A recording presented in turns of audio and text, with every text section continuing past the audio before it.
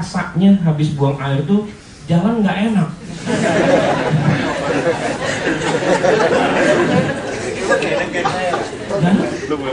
Nggak lempeng rasanya goyang-goyang jalan. Dan setiap ada orang memandang kita langsung curiga, wah bau ya.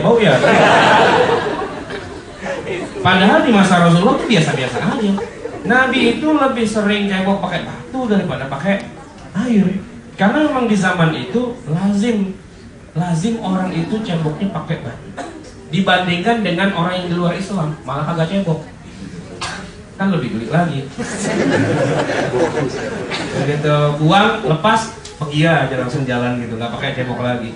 Tapi kita sekarang hidup di zaman yang jauh berbeda. Nah tentu implementasi dari syariat Islamnya juga harus disesuaikan dengan zaman kita sendiri. Nah untuk itu semua kita butuh yang namanya para ahli ijtihad, para ulama, para fuqaha yang menetapkan ketentuan-ketentuan fikih sesuai dengan waktunya, sesuai dengan zamannya, sesuai dengan realitas sosial yang ada. Apa yang diijtihadkan oleh satu ulama di satu tempat boleh jadi di tempat yang lain itu hasil ijtihadnya beda. Saya kasih contoh misalnya begini. Majelis Ulama Indonesia sampai hari ini tetap bersikukuh mengharamkan laki-laki muslim menikahi wanita yang bukan Islam walaupun dia ahli kitab, walaupun Kristen atau Yahudi. Jadi Jamal Mirdad ketika menikahi siapa?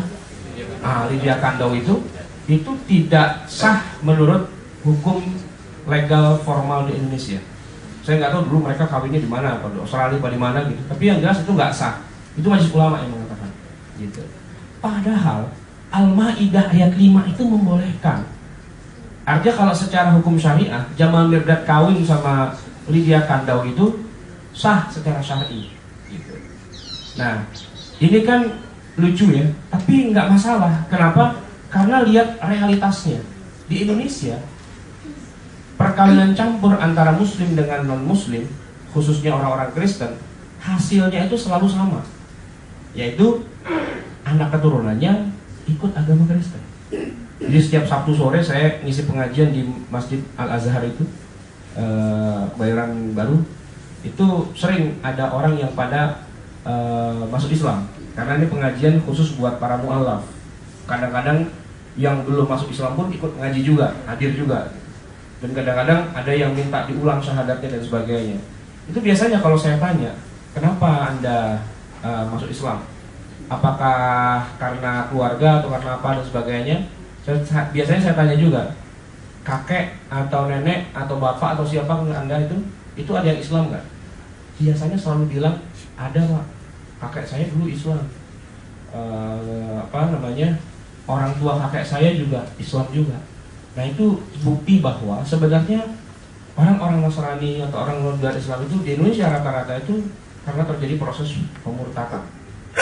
Karena dimurtadkan sedemikian rupa, maka jadilah mereka agamanya bukan Islam, tapi kemudian akhirnya dapat hidayah kembali lagi. Nah salah satu penyebab yang paling utama selain karena pendidikan juga karena perkawinan. Nah maka wajar kalau Majelis Ulama Indonesia sampai hari ini tetap bersikukuh mengharamkan itu semua. Sementara di negara lain, ya, di negara lain katakanlah di Eropa, orang-orang di Eropa itu tidak ada fatwa mengharamkan hal seperti itu. Karena pada dasarnya dibolehkan. Dan ada hikmah juga ternyata. Islamisasi di Eropa itu justru banyak dilakukan lewat pernikahan campur. Cuman bedanya kalau di Indonesia gara-gara nikah pada masuk Kristen, nah kalau di Eropa gara-gara nikah pada masuk Islam. Jadi wanita-wanita di Eropa itu, di Italia, Prancis dan sebagainya, banyak yang pada menikah dengan laki-laki muslim. Dan setelah mereka menikah, anak-anak mereka itu rata-rata jadi orang Islam. Maka kalau banyak Islamic Center, banyak TPA dan sebagainya itu teman-teman kita yang pada kuliah di luar negeri sering cerita. Nah itu karena memang suami istri itu yang lakinya muslim, mungkin dari Turki, dari Arab atau bahkan dari Indonesia juga ada, nikah dengan wanita sana, wanita Itali, bule, pirang, biru matanya, gitu. Nikah dengan laki-laki muslim, anaknya itu pada bisa baca Quran dan sebagainya. Dan itu bukan cuma 1-2, ratusan, ribuan, bahkan sudah berpuluh-puluh tahun terjadi seperti itu. Dan ternyata itu bagian dari proses Islamisasi. Nah ini kan contoh sederhana bahwa apa yang diijtihadkan oleh satu ulama di satu negeri Nah, belum tentu sama hasil ijtihadnya di negeri yang lain, tergantung realitas yang ada di masing-masing negeri itu. Maka kembali kepada pengertian tadi wajib, sunnah, mubah, makruh, haram, memang itu hasil ijtihad para ulama. Dari hasil melihat Al-Quran dan Sunnah serta melihat realitas kehidupan. Boleh jadi satu orang ulama mengatakan pada satu masalah yang sama, yang satu bilang wajib, yang satu bilang haram, misalnya. Mungkin saja. Nah, yang perlu kita pahami adalah kita harus lihat apa yang menjadi dasar mereka ketika mengeluarkan fatwa tersebut.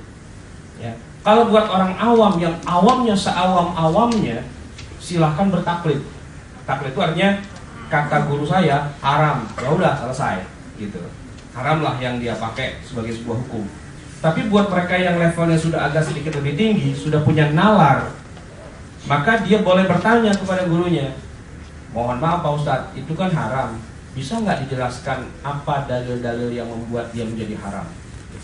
Nah itu nanti dijelaskan. Kalau kita belajar ilmu fikih yang level agak menengah dikit, setiap ada fatwa pasti ditarik dulu masyru'iyahnya. Kenapa dia jadi wajib, kenapa dia jadi haram, dibandingkan antara satu ayat dengan ayat yang lain, dibandingkan antara satu hadis dengan hadis yang lain. Dan kalau levelnya lebih naik lagi sedikit, disebutkan juga perbedaan-perbedaan pendapat, bahwa menurut jumhur ulama ini wajib, tapi menurut ulama yang lain tidak. Contoh yang sederhana misalnya rukun nikah. Nikah itu kan ada rukun-rukunnya. Nah, ternyata para ulama beda-beda dalam menetapkan rukunnya. Kalau mazhab Hanafi misalnya, dia hanya mengatakan bahwa yang rukun itu hanya ijab kabulnya saja. Sementara wali itu nggak rukun. Jadi tidak perlu ada wali pun bisa. Nah di dalam mazhab Maliki kebalikannya, wali harus ada, tapi saksi nggak perlu. Gitu. Nah di mazhab Syafi'i, mas kawin nggak perlu. Gitu. Mahar itu asalkan yang perempuan bilang nggak usah pakai mahar-maharan, ya udah selesai. Nah cuman nggak boleh digabung kanibalisme antara Hanafi, Maliki, Syafi'i, digabung bikin mazhab baru versi yang paling sederhana. Jadi pernikahan tanpa wali sebagaimana Hanafi, tanpa saksi sebagaimana Maliki, dan tanpa mahar sebagaimana Syafi'i. Ini mazhab jadi-jadian. Ini nggak boleh. Itu yang disebut dengan istilah talfiq bainal mazahib, ya, mencampur aduk antara mazhab tapi hasilnya keliru. Nah, tapi kalau mencampur aduk dengan hasil yang dibenarkan, ya itu nggak apa-apa. Dibenarkan contohnya karena keawaman. Kayak kita nih semua orang awam, termasuk saya ini orang awam. Kalau saya tanya, Bapak dan Ibu sekalian, tadi waktu sholat zuhur berjamaah itu pakai mazhab apa sih? Nggak ada yang bisa jawab. Saya aja nggak bisa jawab. Boleh jadi kita pakai mazhab 4 tuh tadi itu, ya. 4-4-nya kita pakai. Nah itu kan baru nyampur-nyampur antara satu mazhab dengan mazhab yang lain. Tapi boleh apa enggak? Dalam hal yang seperti ini boleh. Pertama, karena itu tidak bertentangan antara satu dengan yang lainnya. Yang kedua, ini tidak bikin mazhab baru. Ini kita orang awam yang nanyanya ke banyak orang. Kalau begini harus apa enggak sih? Kalau begitu sunnah apa enggak sih? Dan sebagainya. Lalu dari hasil reportase itu kita kemudian menjalankan ibadah kita tanpa kita menciptakan sebuah mazhab baru. Nah itu talfiq bainal madzahib, antara yang dibolehkan dengan yang tidak dibolehkan. Itu dimungkinkan. Maka kembali lagi kepada wajib, sunnah, mubah, makruh, dan haram. Boleh jadi antara satu ulama dengan ulama yang lain berbeda-beda dalam menetapkannya, tetapi intinya adalah setiap orang harus beribadah sesuai dengan apa yang sudah dia pelajari dari para ulama itu tentang halal haram, tentang wajib, mubah, makruh, dan sebagainya, agar dia tidak melanggar apa yang sudah Allah tetapkan. Karena untuk membaca sendiri Quran dan Sunnah, boleh jadi kita punya keterbatasan. Banyak keterbatasannya, maka kita butuh fatwa dari para ulama untuk bisa melaksanakan semua itu. Nah itulah yang bisa saya sampaikan. Mungkin ada pertanyaan 1-2, silahkan sebelum kita akhiri. Waktu kita masih ada berapa menit lagi kira-kira? Ya 5-10 menit ya. Silahkan. Iya, paling belakang silahkan Ibu. Saya juga kelihatan dari sini. Assalamualaikum warahmatullahi wabarakatuh. Waalaikumsalam warahmatullahi wabarakatuh. Saya dulu Ustaz mau tanya, beberapa minggu ini kan banyak sekali pemberitaan mengenai suatu sekolah tidak melaksanakan upacara bendera. Dan terus ada juga pagi ada berita satu radio swasta tidak mau menayangkan lagu kebangsaan karena tidak mengikuti syariat Islam. Nah, yang saya tanyakan, hukumnya itu seperti apa sih kita melaksanakan upacara bendera atau menyanyikan lagu kebangsaan? Seingat saya Telkomsel belum pernah ngadain upacara bendera ya.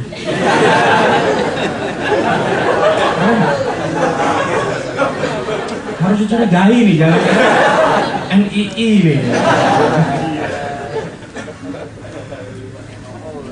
Iya, sebenarnya begini, saya sih ketawa aja ngelihat itu semua. Urusan bendera, ya kalau setiap negara pasti punya. Bahwa kita harus menghormati bendera itu, ya tentu saja wajib lah kita menghormati bendera. Tapi kalau disuruh menyembah bendera itu tentu kita nggak boleh. Bedanya menyembah dengan menghormati itu apa sih? Kalau menghormati itu ya, misalnya ini buku ya, kitab, karena ini kitab isinya ilmu fikih dan sebagainya. Kalau kita buang lempar begitu kan namanya nggak hormat nih sama kitab gitu ya. Tapi bukan berarti kemudian kalau ada kitab kita langsung wow. Nggak juga, gitu. Itu overacting namanya gitu. Overacting.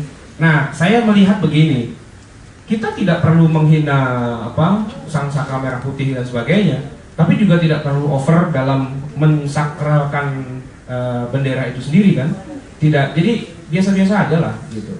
Tidak harus hormat dalam arti kemudian kita membuat sebuah ritual baru, tapi juga tidak harus menghina dengan cara menginjak-injak dan seterusnya. Jadi biasa-biasa aja. Ya perlakukanlah bendera sebagai sebuah bendera umumnya, sebagaimana plat nomor mobil kita. Ya kita harus menghormati dong, ya plat nomor itu kan. Tapi kan kita nggak perlu ketemu mobil, hormat plat nomor. Wah, nggak juga gitu. Tidak harus bendanya itu yang kita hormati secara ritual, gitu. Nah masalahnya adalah upacara bendera itu kan warisan zamannya Pak Harto. Nah, di mana emang di zaman Soeharto itu banyak pejabat yang rada-rada overacting lah gitu. Overacting itu tadi mewajibkan semua siswa setiap hari Senin pagi upacara bendera gitu. Nah, itu masih itu kayak gitu. Tapi apakah orang kalau nggak upacara bendera lantas dianggap dia tidak nasionalis? Ya jawabannya sama dengan tadi yang saya bilang. Telkomsel tidak pernah mengadakan upacara bendera setiap hari Senin. Kira-kira setuju nggak kalau setiap Senin pagi kita upacara bendera?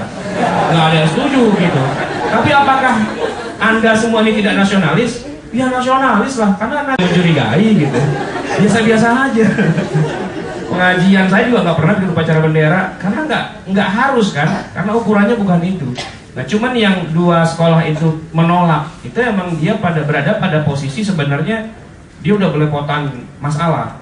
Lalu tinggal apa nih yang kira-kira bisa ditembak lagi. Nah itulah masalahnya kemudian tidak mau upacara bendera. Padahal sebenarnya dia udah punya banyak masalah yang lain di luar dari itu semua.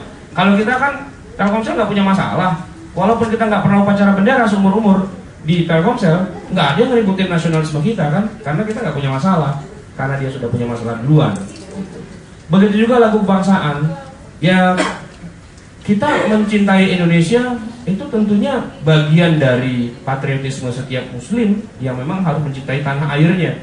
Bahwa kemudian nanti ada fanatisme ke-Indonesiaan dan sebagainya, itu wajar. Rasulullah pun juga ikut perang.